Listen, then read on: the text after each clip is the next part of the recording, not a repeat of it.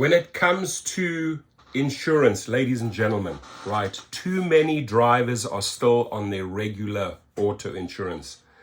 And all these insurance companies know about Uber and Lyft, and they also know that a majority of people that are taking out policies with Geico, with Allstate, with State Farm, with Mercury, drive for rideshare, right? So they've changed their policies, and many drivers find themselves in a situation when it goes south, right, that the insurance company is simply not paying out.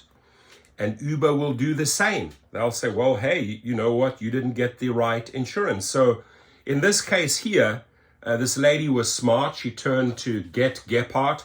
Guy's got a great show. He goes in there, he investigates, and we will hear what he has to say, because the information in this is valuable, my friends. And if you don't have the right insurance, get it today. Actually, get it yesterday, right? If you have your regular car insurance, and there's a rideshare insurance, and then a step up, which is really expensive, is the commercial insurance when you want to take private clients, right? You want a very good coverage, and that's why those commercial insurances are so expensive. You're in a car for work and you're in a crash. Can your insurance company refuse to pay? That's the exact issue currently afflicting a Cedar City woman who decided it was time to get Gephardt.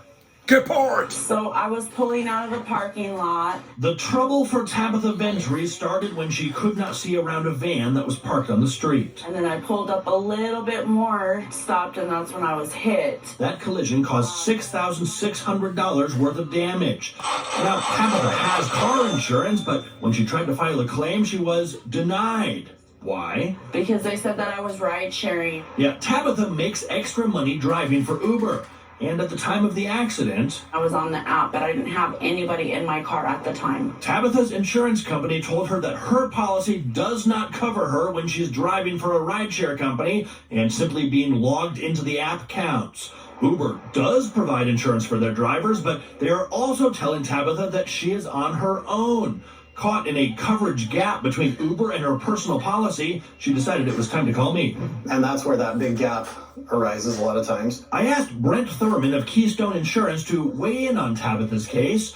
He says that when it comes to driving for rideshare, insurance companies see it as 3 distinct periods.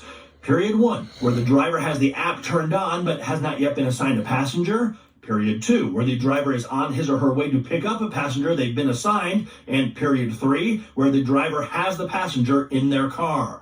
Now, Uber does provide drivers with insurance for periods 2 and 3 with both comprehensive and collision coverage. But Tabitha was in period 1. They typically will not cover that comprehensive and collision in period 1. On her car, Tabitha only has liability, and that will not fix her car. Your personal insurance policies by default are only going to want to cover personal use. Thurman says that when ride sharing first hit the scene, many insurance companies flat out refused any coverage, or it was really pricey. But 10, 15 years later, There's countless options available now that are pretty affordable. the KSL investigators reached out to Uber on Tabitha's behalf. They refused to comment on her situation, instead referring us to her personal insurance company. It puts me in a really bad spot.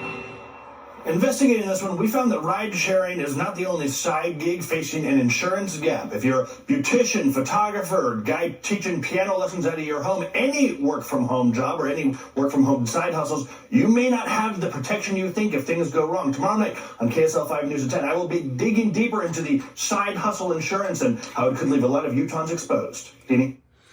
So, sir, thank you so much to this show, because in 3 minutes you literally said it all, right? And I'm sure everyone, including myself, learned something from this video.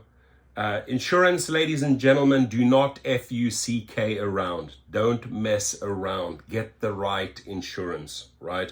Now, Tabitha is left alone with $6,500 in damages.